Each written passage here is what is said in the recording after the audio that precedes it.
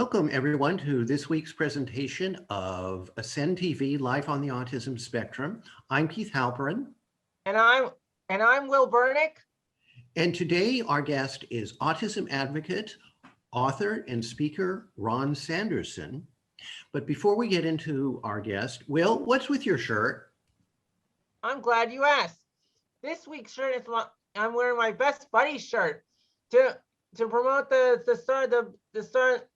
start of the new school year for Best Buddies. Today's their first official event. They're having an ice cream social today from 1 to 3. It's on Zoom like all the other events. Thank you, Will. Could you now speak to our guest and ask him about his autism journey? Gladly. Ron, tell us about your background. Thanks so much for having me today on your show. And let me share my background. I was diagnosed with autism in 1982 at age 7. And what led up to my diagnosis with autism is at 18 months, I went from being able to say mommy to mom. And I went from being able to have eye contact to zero eye contact. And I had a time of regression when I reached 18 months. And my mom knew there was something drastically different between my brother Chuck and brother Steve, who were older than me, and immediately took me to pediatrician. The pediatrician said, men are like fine wine, you got to give them time. Women blossom quickly. So my mom knew that time was the essence. She immediately got me intense speech therapy, and I was in intense speech therapy in my journey with autism from age 2 to age 16. And age 7 is my development was so delayed that the school specialist wanted to label me emotionally impaired. My mom said it's not emotional, it's neurological. And she took me to Henry Ford Hospital, and I was diagnosed with autism. And when I was diagnosed in 1982, only 1 in 10,000 children were diagnosed with autism. Now it's 1 in every 54 children. All the experts told my parents I'd never read beyond the 7th grade level, never attend college, never have meaningful relationships, and never excel in sports. And my mom, being a great mom, quit her job as an art teacher and became a full-time Ron teacher. And she worked with me, developing my skills. I was able to get married 9 years ago on December 7th, which is the anniversary of Pearl Harbor. I have a 5-year-old daughter, Michaela Marie, who was born March 20th, 2016. And I have 3 nationally published books. My latest book, Views from the Spectrum, just came out on May 25th, and Fox Morning News came out to my house and interviewed me for the book on its opening day. And what I've learned in my journey with autism, it takes faith, love, and hope, 1 Corinthians 13, to help people on the autism. We need love and acceptance, which is the love part. We need hope from parents and experts that the gifts that we have, the talents we have, they can be refined and made into beautiful abilities. Thank you very much, Ron. Stacey, would you care to take it from here, please? Yes, be glad to. If you could dive into more about your writing. So I'm currently writing the most important book that I've written, and it's called Autism Growth and Transitioning into Adulthood. That's what the topic is. Every book I've ever written, the publishers always come up with a new title. And what this book looks at is everything a young adult or an individual with autism needs to know to transition in adulthood. And I had Dr. Barry, who's the author of Uniquely Human, a different perspective for the book, and it's already, the foreword's done. I got 9 out of 12 chapters finished. And he looks at things like leaving a nest, going from your parents' home into an apartment, moving out, or going away to college. Health and well-being. A lot of people with autism struggle with living a healthy lifestyle by eating the right foods or getting the right amount of exercise or doing things that stay physically fit. Ideas like employment. I look at how to be gainfully employed and also how to do the job interview. A lot of times with autism, we feel awkward, or socially, we don't understand the clues of the job interview process. And the main thing I believe that holds young adults with autism back is this: a hopeless complex. Many times We were bullied. Had lacked social interaction. We struggle with relationships. Employment, well, a lot of times it seemed like we were unemployed or underemployed or chronically in a drain when it came to employment. So I look at these areas, I look at how to develop those skills, and then every chapter has three things. Number one, it has the tips on that subject. Number two, it has a story of a unique person who's now very successful on the autism spectrum, who I interviewed and talked with their family too. People like Tay Anderson, season 3 of Atypical. And then I share their story at the end of the chapter. Then I have reflective questions so it can be done in a group setting. And then I have a fun activity, because 90% of people with autism don't learn phonetically, they learn visually. And that's Temple Grandin who said that. So I create an environment where the book can be used in a group setting. And then not only you're hearing this stuff that's in the chapter, you're putting it into practice. And as you practice things, you're able to teach those things and you're able to develop those skills.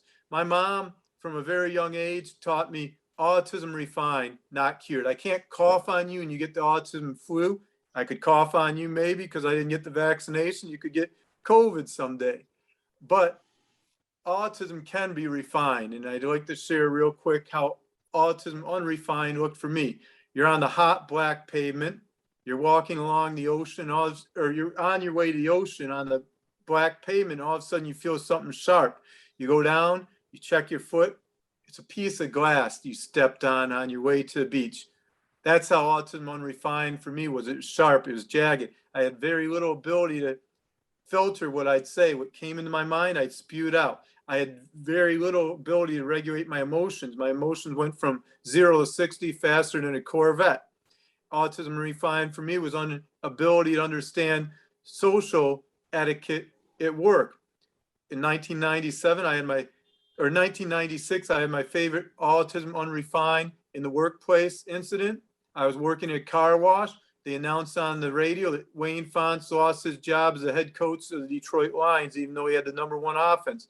Who should show up at that car wash I worked at? But Wayne Fontes and his white Jaguar. Kids were getting his autograph, which was socially appropriate. I go in the back, I hand them a piece of paper just as they did. But what I did was socially inappropriate. I handed him a job application. I said, Wayne, today they announced on 97 won the ticket. You were fired. You weren't Ford tough. Martha Ford kicked you to the curb. Now see that bug there? That's defense. You may have the best offense, but working at this car wash, you'll learn a little defense. Needless to say, he didn't say anything. He drove off. Now, Autism Refined looks like this, and this is what I teach in my books and my writings. You're walking along the ocean. Now you feel something good under your foot. You go down, you pick it up.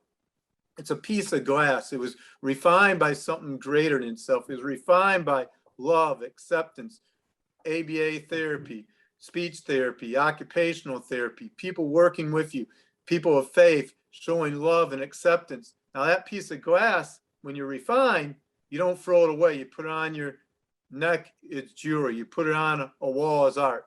And that's what my mom was determined to do with me. Even though I was very delayed in my speech, very delayed in my development, she believed that delays and milestones don't mean denials. And she worked with me, developed those gifts, and that's how I'm here today speaking to you and able to communicate. Thank you very much for that, Ron. I'd now like to introduce our book reviewer, Jennifer Brooks, who'll have a question or two for you. Yes, thank you, Keith. So Ron, you've mentioned being part of a faith community. Can you tell us more about how you think that being part of a faith community can be helpful to people on the autism spectrum? Here's how I think faith can be very helpful in people in the autism community. When I was diagnosed with autism, I experienced much bullying. I experienced much isolation. Coming in my junior year of high school, I fallen away from a faith-based community and got into things like drugs and alcohol to feel accepted and peer pressure. And it took one person, a young girl, invited me back to church saying, God's doing exciting things at Faith Church. You should come and see what God's doing. So when I went to church, I dedicated my life to God, started following him. And the church decided to help me out by having a buddy who could mentor me, who could work with me and help me develop those social skills. There was a young man named Brian who's 3 years older than me. He'd take me to movies, he'd take me to sports events, he'd play basketball with me. And by having that friendship, it helped my faith grow, but it also opened the door of my heart to be more acceptance to the things God wanted to do in my life. And through this process, I was able to dedicate my life to God and become a minister, which I am today. Thank you very much again, Ron, and Will too. Stacey, you have some more questions for Ron. Yes, have you connected with others within the faith and autism community?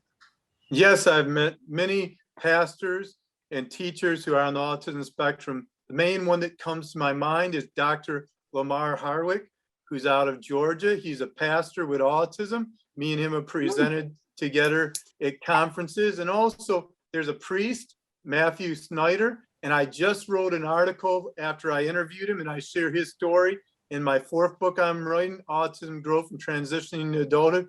And what I love about these people is their ability to communicate the gospel to people who sometimes are on the fringe of the faith, and they're able to bring people in the flock who sometimes felt like outcasts, just like Jesus. Jesus said, my mission is to come and seek and save the lost. And a lot of times people with autism, they feel lost in the community, and pastors and teachers and professionals in the autism community can bring people to feel more welcome and more included in the community, which I love. Thank you again, Ron and Stacey. Jennifer, over to you for Ron. Sure, Ron. Can you tell us about a spiritual awakening that you've had? And do you feel that your autism somehow enhanced it? I feel with autism, I'm able more easily to hear the voice of God, because a lot of times when you feel isolated, when you feel alone, there's only one place to look up, and that's where God is. And in 1994, I had a spiritual awakening where God spoke to me very clearly. My life was on the right track. I dedicated my life to following to God, and I was a track superstar. And on the way back from the state finals, after finishing 12th in the state of Michigan for the 3,200 relay, our anchor, Nate Clay, said next year we'd be the fastest relay team in the state of Michigan for the 3,200 relay, but we won't have Ron on our team because he'll be past the age limit because he was held back due to autism from competing in Michigan high school athletic events. And right then the Holy Spirit spoke to my heart and said, I'll provide a way for you to run on the track team. And I told the coach and I told Nate, next year we're going to be one of the fastest in the state of Michigan because God will provide a way for me to run. Things looked hopeless. My mom started calling all the lawyers in Michigan. Every lawyer said it costs over $40,000 for your son to compete on the track team under an Americans with Disabilities lawsuit, and things my parents couldn't afford. And I came back from and my parents at this time said, Ron, you got to put it in God's hands. God's ways are higher than our ways, and God's thoughts are higher than our thoughts. Isaiah 55:8. So we gave it into God's hands, and time went by and the season was about to begin. I got home from a 5-mile run, and there on the front page of Detroit Free Press was a young man named Craig Stanley. He was born May 1975, same year, same month as me. He was a track and cross country runner, just as I was, and he was past the age limit to compete in high school sports, and he had a learning disability, although not autism in his case. And my mom contacted his mom and said, let us advocate together, let us pray together and see what God will do for these two young men. That Wednesday after I met him, Craig Stanley and I were both on the front page of Detroit Free Press, and it said, now there's 2 young men whose civil rights are being violated.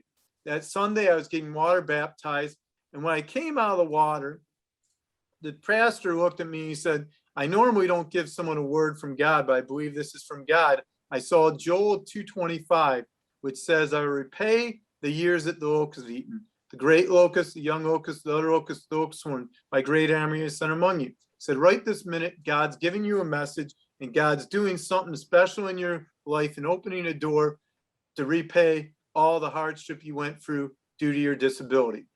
I got home, and this is pre-cell phone days. This is archaic times when you have an answering machine that's the size of a VCR, and it's blinking red.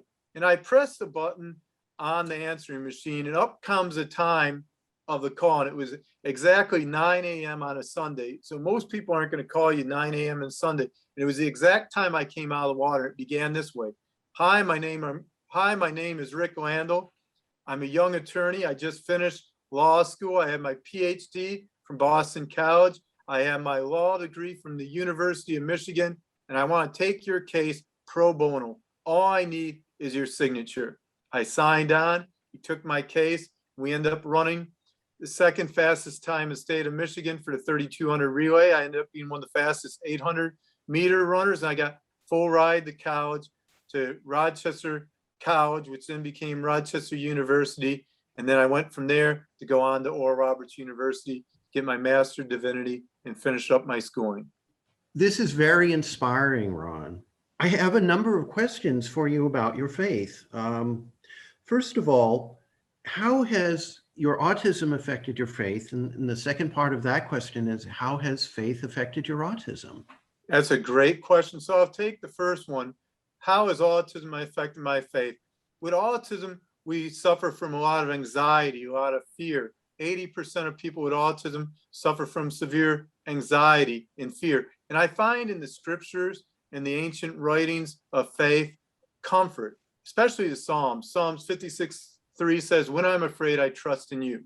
When my anxiety was great, I turned to the Lord and he gave me peace in Psalms 119. And I find peace in that. And I find that God, where I have needs with my autism, it's answered by the scriptures. And I'm able to find comfort in that. I'm able to find the love of God.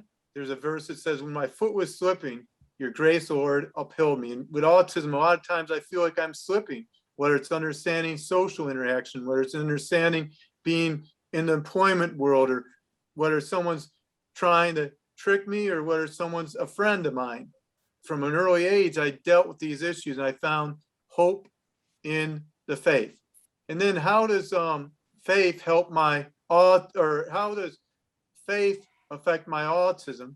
I'd say this is that I've learned that in my weakness, God's strength is made complete. 2 Corinthians 12:9. For when I am weak, then I am strong. And I find that by having faith, it's not a crutch, like some people would say, but it's an empowerment that enables me to have self-confidence. A lot of people with autism lack self-efficiency, the belief that when they set a bar of goal, they're going to be able to accomplish it. But with faith, you don't have to worry about whether you're strong enough, whether you have the abilities to do it, but you realize that God, your life is in his hands. He's formed you in the mother's womb, it says in the Old Testament. He knows the end from the beginning, so you don't have to figure everything out. We with autism love to be logical. We love to try and figure everything out, and it makes us very nervous, very anxious. But with faith, we can open our hands and give our lives to God. I think John Calvin said it best. Don't tell God how big your mountain is. Tell your mountain how big your God is. And when you know you can have confidence in your creator, that he's created you with a purpose, then you can realize even autism has a purpose. Even your struggles have a purpose. So you can build up your fellow man and woman who are struggling with different things. And it creates a love in you that compels you to help people. I was going to have this as sort of my final question, but you dovetailed into my question very nicely. As a person of faith, for what purpose has God made us autistic? That's a great question. The reason I believe that we have autism is actually in the scriptures. It's found in Daniel 12:4. It says this, but you, Daniel, go your way, because the words are closed up and sealed until the time of the end, meaning that at later time, the book will be opened, which we see in Revelation 22:10, and men will go here and there to increase knowledge. Now we know that the autistic mind is the most logical mind. It's a pattern-seeking mind. It's what leads to electricity. It's what leads to invention. And what's interesting is the Greek word there, if you go from the LXX version of the Old Testament which is a Greek version from the Hebrew version. The Greek word there is oidi knowledge. It's not gnosis knowledge. We lack gnosis knowledge. Gnosis knowledge is a knowledge of emotion. It's a knowledge of connection. It's says in Matthew 1:25, Joseph knew Mary. It's an intimate knowledge. A lot of times we lack that social knowledge, but we have an odia knowledge, which is a knowledge, it's a head knowledge, but it's a pattern seeking knowledge. So I think that God uses our autism to advance the human population. Temple Grandin said it this way: a lot of people, if we didn't have autism, would be standing around the fire, clapping their hands, singing Kumbaya, my Lord, but you wouldn't have someone inventing lights. You wouldn't have people inventing cars. So I believe that autism is a part of the human process to find patterns so we can better the human and abilities on Earth by solving hard, complex problems like climate control or population control, figuring out ways that we're able to feed the people, or housing crisis. When you have autism, you can discover more answers to things because you're seeking a pattern rather than just an emotion. Again, Ron, very, very inspiring. Will, I believe you have a final question for Ron. That's right. Ron, would you encourage others to have faith in their lives, to keep believing that everything's going to work out? Yeah, I'd always encourage faith because faith leads to actions. 2 Corinthians 4:7 says, we have these treasures in jars of clay, so it's all surpassing powers from God and not from us. And there's a story I like to share that demonstrates the power of faith in the present. There's this, in the 1800s, there's a town called Flagstaff in Massachusetts area. And they were going to flood the town to make it so lumber could go to the lumber mill. And before they flooded the town, they interviewed a guy a few weeks before they were going to flood Flagstaff. And they asked him, what's it like to live in a ghost town? He said, well, if a window breaks, you don't repair it because in a few weeks, the town's going to be 30 feet underwater with the river coming through. And if the grass grows long, you don't cut it because it's soon going to be seaweed. And he said these powerful words: where there's no hope for the future, there's no power in the present. And faith gives us power in the present to realize that even though we feel like broken jars, God can fill us. And when you're broken and you get filled by God, he overflows those around them and helps them out. Again, very inspiring, Ron. Do you have a final summary for us? Yeah, I have a final summary. And it's a famous preacher who's long since gone on to be with the Lord, Charles Spurgeon. And he said it best: by perseverance, the snail made it on the ark. And a lot of times we with autism feel slow as a snail. But if we're heading in the right direction in our faith, we're heading in the right direction in our relationships, we're heading in the right direction in the things God called us to, we're going to reach our goal. And I like to say this too: any fool can see an apple on a tree, but it takes faith, dedication, love, and hope to see that orchard in that apple tree. And remember this: I plant, Apollos waters, but God makes it grow. Neither he who plants nor he who waters anything, but only God makes it grow. Trust God has a plan for you. Follow that plan and allow him to speak to your hearts, and then you'll see the fruit in your life. How can our viewers contact and reach out to you if they so desire? So one of the main ways they can reach out to me is add my like on Facebook friend page, and it's Spectrum Inclusion, Ron Sandison, Sandison. And they can also reach me directly through my email. I respond to every email, and my email is Sandison, Sandison 456@hotmail.com. And if you send me an email, I will respond. Excellent. Thank you very much, Ron. It's been a pleasure having you, and I know we'll be hearing some great things from you in the future. We'll now hear from our cultural correspondent, Thank Stacey Kennedy. you. So Saturday, October 2nd, Stanford is, or Ability Path is having this thing with special needs appreciation games with Stanford versus Oregon in the afternoon. It's the 5th annual Stanford Special Needs Appreciation football game. For information, go to GIVE .gatepath.org. October 10th is the Special Olympics in Northern California, and there's this, the title is Bike the Bridges, and it's the 12th annual, and it starts at 8:30 a.m. Starting in Martinez Waterfront Park in San Francisco. There's 4 ride options to complement any rider's ability to endurance and beautiful scenery, and feeling good knowing that the funds being raised will go to a long way to support amazing Special Olympics athletes, and health and education programs at no cost. Registration includes commemorative t-shirts, lunch, and ride festivities. And so that is happening Sunday, October 10th, again. Bike the Bridges at 8:30 a.m. in Martinez Waterfront Park in San Francisco. And one last thing, November is a reminder of November 7th to November 9th is the Stanford Neurodiversity Summit. Identity for you and your community, bring together neurodiverse and divergent individuals, employers, service agencies, educators, and students and professionals from all areas of the field to maximize accessibility and inclusion. Register is free. You ASAP or register until tickets are sold out. Dr. Lawrence Fong, who's part of our Ascend board, is part of this. So go to med.stanford.edu. So November 7th to 9th, Stanford Summit.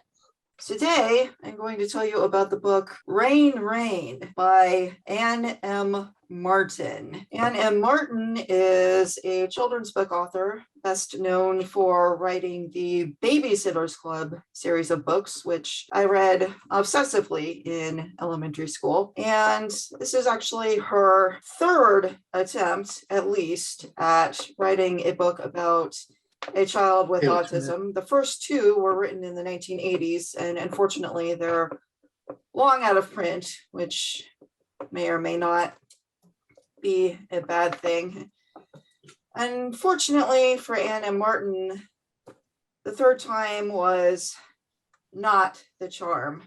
This book won several awards, so I really wanted to like it, but I just couldn't, because for several reasons. First is that it's not clear if what this character, Rose, a 5th grade girl, really has is Asperger's syndrome or a form of obsessive compulsive disorder, OCD. One of her obsessions is prime numbers, and she's constantly blurting them out at inappropriate moments. Another obsession is following rules, and she feels a compulsion to remind everyone every single time they break a minor rule, whether it's a grammatical rule, or she got herself expelled from the school bus because she called out the bus driver for not signaling a turn. And I'm sure that most of us, whether we're on the autism spectrum or not, can understand why the bus driver did not appreciate that. When I was in 5th grade, I was nothing at all like this character. I understood not to do the things that this character does. Ron was discussing earlier about refined and unrefined autism. This is about as unrefined as it gets. The only real value this book has is sparking a debate over the question of how much unacceptable behavior should society have to tolerate and accept in the name of inclusion. Her behavior is disruptive for other students in her classroom.